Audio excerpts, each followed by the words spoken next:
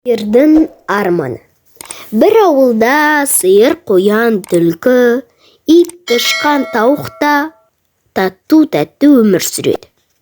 Күндердің бір күнінде тауда жайылып жүрген сиыр жылқыны көріп, мен одан қай жерім кем деп бәйгеге қатыспақшы болады. Мен енді сендермен бірге тұрмаймын. Мен жылқылармен дос боламын. Жылқылармен бірге шауып, бәйгеге қатысамын. Жылқы қымыз берсе, мен сүт беремін, дейді. Бәйгеден жүлделі орын алып, жүйрік атанамын, деді.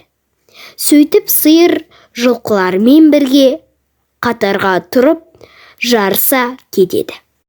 Жүйрік аттардың шапқаны соншалық, сиыр оларға шаңнан жол көрінбей кетті.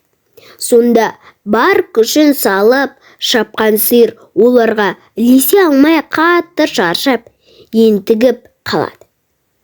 Жылқылар 5 айналымды айналғанда, сиыр әзер дегенде 2 айналымда айналып, көлдің жағасына келіп, зорға құлайды. Басын көтеруге шамасы келмей қатты қиналады. Өзі шаршап, сүт әбден таусылады. Өте арық, сүті жоқ сиыр өзінің түрін судан көріп жылайды. Сиырға жаны ашыған қасына тауық келеді.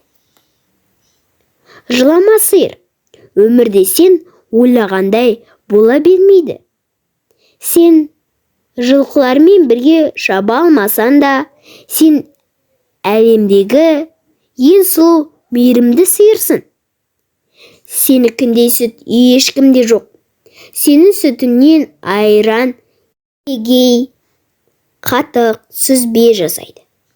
Барлығы сенің сүтіңді татып келе жатыр, дейді. Тауықтың сөзін әбден қуанған сиыр су ішеді. Жол бойы шөп жеп, сүтін толтырып, өзінің ауласына барады. Ауладағы достармен қайта қауышып, өзінің бақытты екенін сезінеді.